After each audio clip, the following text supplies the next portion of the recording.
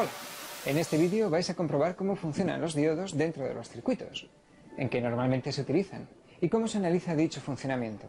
Estos circuitos son recortadores y rectificadores. Recordemos, un diodo es un dispositivo que deja pasar la corriente en un sentido y no deja pasar en el contrario. Utilizaremos para los análisis bien el modelo ideal, en el cual el diodo conduce en un tramo toda la corriente que pasa por él y no conduce en el otro tramo, bien el modelo real M1, en el que consideraremos la tensión de barrera del diodo para que conduzca. Un diodo dentro de un circuito conduce siempre y cuando la tensión que pretendamos aplicar entre su ánodo y su cátodo sea suficiente, mayor que cero en el caso ideal, mayor que la tensión de barrera en el modelo real. En ese caso, los electrones pueden saltar la barrera. Recordemos que la corriente iría en el sentido contrario a los electrones, de ánodo a cátodo. Esto significa que tendríamos que poner una tensión entre este punto y este otro mayor que esa V gamma.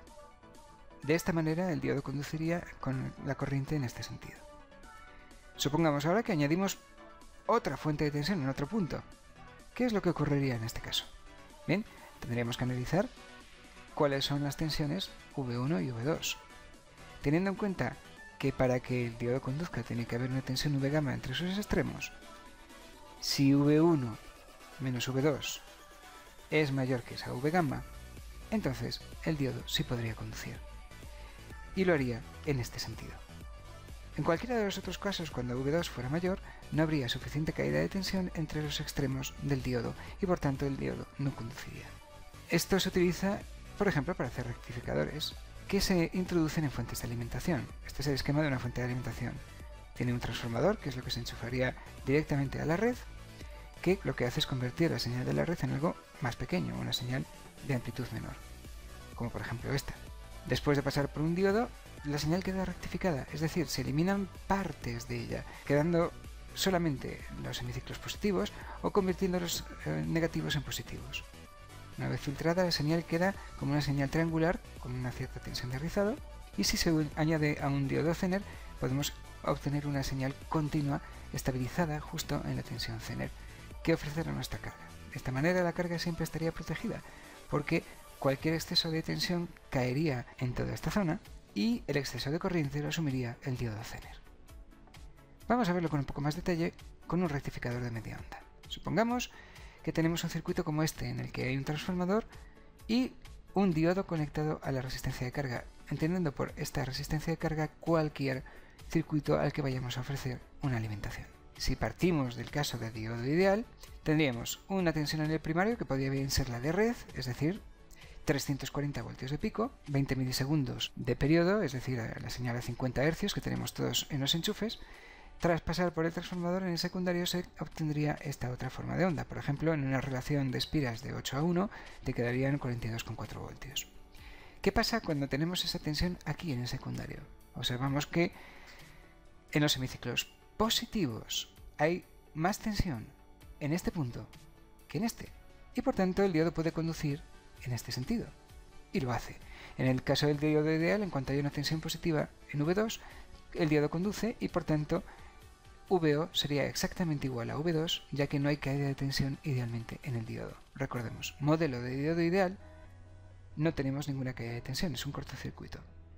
En cambio, en los semiciclos negativos hay más tensión aquí que aquí y por tanto la corriente tiende a hacer este camino que está bloqueado por el diodo.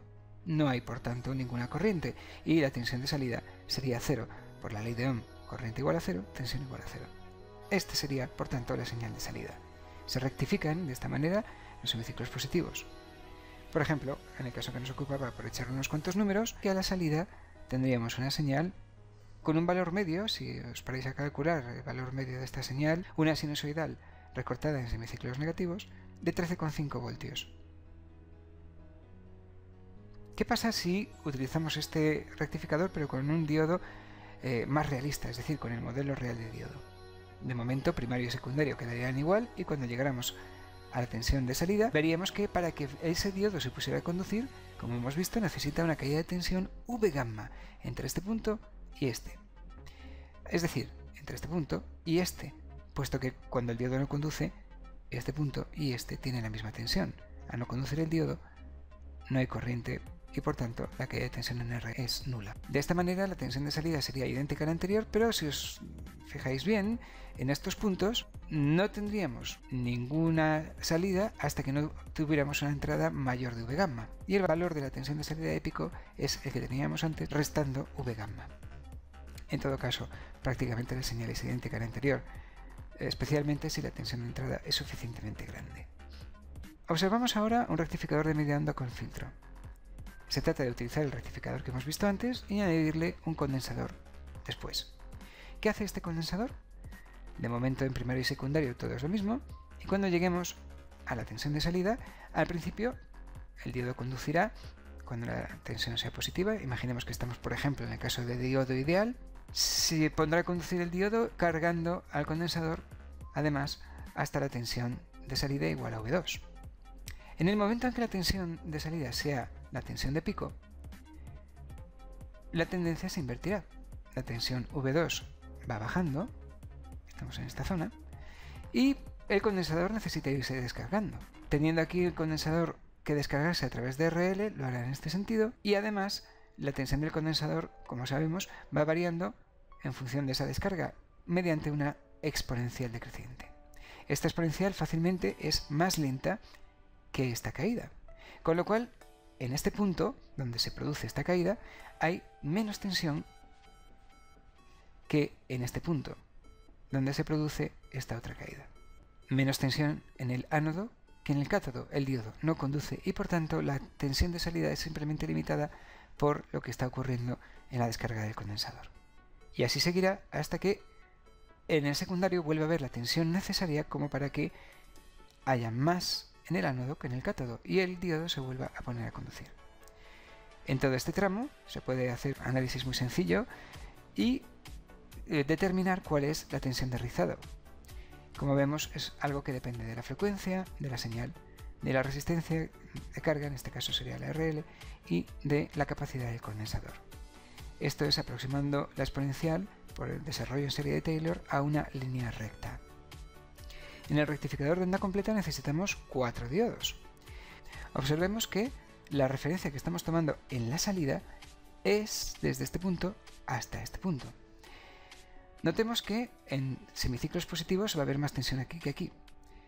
La corriente trata de ir de arriba abajo. Al llegar a este punto, D4 la bloquea y pasa por D1. Vemos que cruza la resistencia, vendría por aquí. D4 ya no tendría sentido, sería volver a subir y la corriente quiere bajar, bajaría por D2. Semiciclos negativos. La corriente sale de este terminal y quiere ir hacia arriba. Pasa por D3 porque D2 la bloquea. Observemos que vuelve a pasar por la resistencia de arriba a abajo, llega hasta aquí y, como tiende a ir hacia arriba, pasa por D4. Para que todo esto ocurra, evidentemente necesitamos que haya al menos la caída V gamma. Si es así, fijaros que la tensión de salida sería como estamos viendo aquí, donde los semiciclos nuevamente se van cumpliendo, pero en este caso todos son positivos, porque como hemos visto, la corriente cruza siempre de arriba abajo, en cualquiera de los dos tramos, en semiciclos positivos o negativos del secundario. Un rectificador de onda completa se utiliza habitualmente con circuitos ya fabricados, como por ejemplo este que vemos en la figura, donde un pequeño chip tiene 4 patas y dentro de él está ubicada esa estructura de diodos que hemos visto antes, que se llama puente de diodos. Como vemos, este puente de diodos, por ejemplo, tiene una caída máxima de tensión de 1,10. Esto es una caída bastante típica de diodos de potencia. Hasta el próximo vídeo.